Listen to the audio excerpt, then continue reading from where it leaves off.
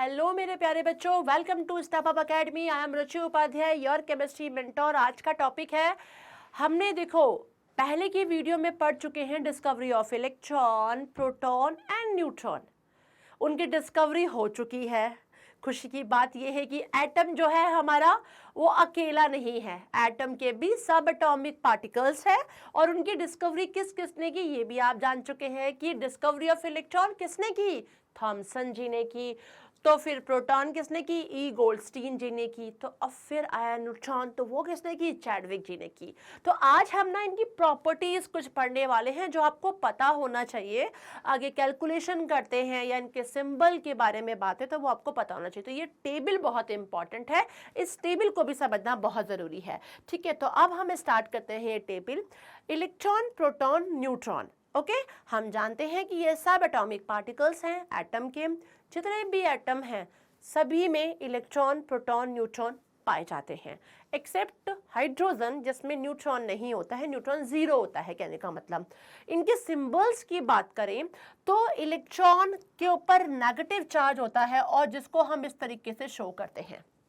तो कभी भी किसी रिएक्शन में दिख रहा है -2e -4e, इसका मतलब आप समझ लेना कि इलेक्ट्रॉन रिलीज हो रहा है। प्रोटॉन पे पॉजिटिव चार्ज होता है जिसको P इस तरीके से शो किया जाता है, P प्लस करके शो किया जा रहा है। And neutron is always N, neutron is neutral. ठीक है, न्यूट्रल से ही न्यूट्रॉन पड़ा है, न्यूट्रल है तो ये न्यूट्रल होता है, लेकिन ये देखा जाए तो दोनों न्यूक्लियस में पाए जाते हैं। अब इलेक्ट्रॉन पाया कहाँ जाता है, इलेक्ट्रॉन पाया जाता है आउटसाइड द न्यूक्लियस। मतलब यदि हम किसी एटम की बात करते हैं तो एटम का एक होता है न्यूक्लियस, न्यूक्लियस में बच्चों होता है प्रोटॉन और न्यूट्रॉन। बहुत छोटा हो गया है, थोड़ा सा बड़ा सा प्यारा सा सुंदर सा आपके लिए बनाते हैं कि आपको भी अच्छा लगे। तो ये है न्यूक्लियस हमारा, और न्यूक्लियस में है क्या, प्रोटॉन एंड न्यूट्रॉन। और इसके देखिए सराउंडिंग में इस तरीके से बच्चों देखिए शेल्स होते हैं। ओके, ये शेल्स होते हैं। आपने थर्ड चैप्टर में भी थोड़ा बहुत पढ़ लिया है इसके बारे में, आगे चल के भी आपको और अच्छे से एक्सप्लेन कर दूंगी ये चीज़। तो ये शेल्स होते हैं, न्यूक्लियस के सबसे क्लियर में होता है, देखा जाए तो के शेल होता है। उसको अलग कलर में ले लेते हैं, अलग कलर कौन सा चाहिए, सुंदर सा लाल ही ले लो भाई। के शेल हो गया, ठीक है। उसके बाद एल होता है, फिर एम होता है, क्लियर है, एन होता है, ऐसे ये शेल्स होते हैं। ये जो इलेक्ट्रॉन होता है बच्चों, ये इलेक्ट्रॉन ना हमेशा ये सेल्स में होते हैं। ये इलेक्ट्रॉन आपको सेल्स में दिखाई पड़ेंगे, जो इसके आउटर मोस्ट शेल में दिखाई पड़ता है, न्यूक्लियस के बाहर दिखाई पड़ता है। तो के सबसे पास में होता है जिसमें सिर्फ 2 इलेक्ट्रॉन है। आगे देखा जाए तो यहाँ पे 8 इलेक्ट्रॉन हो जाएगा, 1 2 3 4 5 6 7 8 इलेक्ट्रॉन हो गए। आगे आ गए तो और बढ़ जाएंगे 18। इस तरीके से इलेक्ट्रॉन यहाँ इनके सराउंडिंग में होते हैं बच्चों। ठीक है, तो ये इलेक्ट्रॉन जो हमारा है वो कहाँ है, लिखा है आउटसाइड द न्यूक्लियस।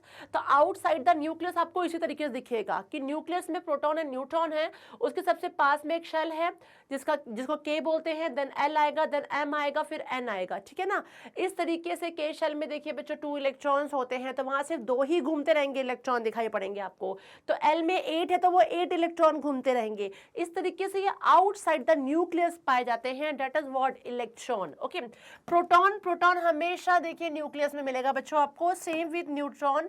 ये भी देखिए इनसाइड द न्यूक्लियस है, तो यहाँ पे लिखा है inside the nucleus, inside the nucleus, outside the nucleus. Okay, अब इलेक्ट्रॉन का मतलब यही होता है नेगेटिव। ठीक है ना, नेगेटिव चार्ज है ना। देखा जाए तो ये रिलेटिव चार्ज इसको बोलते हैं हम, -1 बोलते हैं। यहाँ पर देखिए तो पॉजिटिव है, और ये क्या है, न्यूट्रल मतलब 0 होता है। अब इसका रिलेटिव मास जरूर ध्यान रखिएगा बच्चों।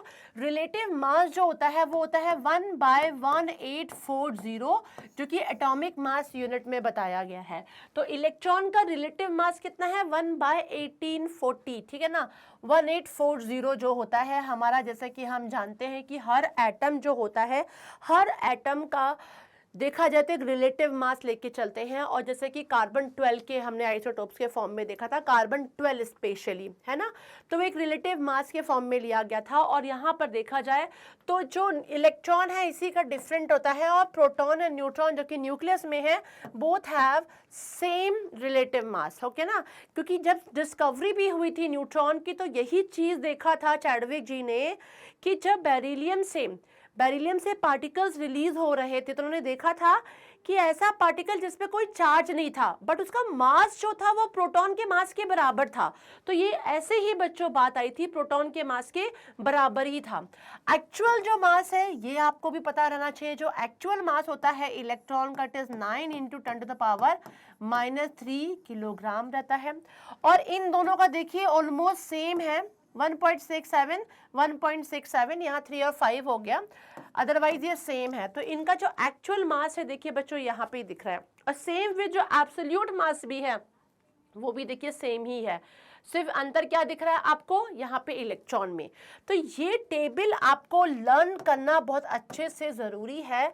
एक वीडियो लेकर आऊँगी कि आप कैसे ये एक्चुअल मास को निकाल पाएंगे, ये आपको निकालना हम बता देंगे, तो बहुत इजी लगेगा कि किस तरीके से रिलेटिव मास को लेते हुए हम एक्चुअल मास की कहानी निकाल सकते हैं पर्टिकुलरली, ठीक है ना। तो यहाँ तो हर एक एटम को लेकर हम जब बात करते हैं तो यही चीज़ बात आती है। तो यहाँ पे इलेक्ट्रॉन का आप समझ जाइएगा कि 1/1840 है, बस यही डिफरेंट है प्रोटॉन और न्यूट्रॉन से, बिकॉज ये आउटसाइड द न्यूक्लियस होता है। इस पे actual mass is 9 × 10⁻31 kilogram and absolute मास भी इतना ही है। अंतर क्या आ गया, ये किलोग्राम में है तो इसको ग्राम में निकाला है, तो 9 × 10⁻28 हो जाएगा। Same here, proton and neutron relative mass will B same, 1 AMU जिसको 1 U भी बोला जाता है, यूनिफाइड वैल्यू के टाइम तरीके से हम यूज करते हैं। Actual mass will be 1.673 × 10⁻27, same with 1.675, almost same ही है, सिर्फ आपको लास्ट की डिजिट डिफरेंट दिख रही है, अदरवाइज 1.67 तो एक्चुअल मास इनका सेम होता है। सेम विद एब्सोल्यूट मास भी इनका क्या होता है, सेम होता है। तो ये टेबल ज़रूर एक बार अच्छे तरीके से देख लीजिए, समझ लीजिए, स्क्रीनशॉट ले लीजिए और इसको थोड़ा सा पढ़ भी लीजिए बच्चों, अच्छे से आपको पता होना ज़रूरी है, क्योंकि ऑब्जेक्टिव जो क्वेश्चन होते हैं आपके MCQs, उनमें इनमें से कुछ पूछा जा सकता है, ठीक है। तो आपको ये थोड़ा सा बहुत अच्छे तरीके से समझ में आना ज़रूरी है। तो मैं उम्मीद करती हूँ कि आपको ये प्रॉपर्टीज़ भी अच्छे तरीके से समझ में आ चुका होगा। इलेक्ट्रॉन, प्रोटॉन, न्यूट्रॉन का एब्सोल्यूट मास कितना है, ठीक है, एक्चुअल मास कितना है, रिलेटिव मास कितना है, चार्जेस क्या हैं, कहाँ पाए जाते हैं, न्यूक्लियस में कि आउटसाइड द न्यूक्लियस, ये कॉमन सी चीज़ें आपको पता होनी चाहिए। डिस्कवरी से तो आप जान चुके हैं किसने किसकी डिस्कवरी की थी। तो मैं उम्मीद करती हूँ कि इतना आपको अच्छे तरीके से समझ में आ चुका होगा, ठीक है ना। तो टाइम बनता है लाइक करने का, सब्सक्राइब करने का और बेल आइकॉन को क्लिक करके रखिए कि मेरे नेक्स्ट वीडियो का नोटिफिकेशन राइट टाइम पे आपको मिल जाए। Thanks for watching this, bye bye.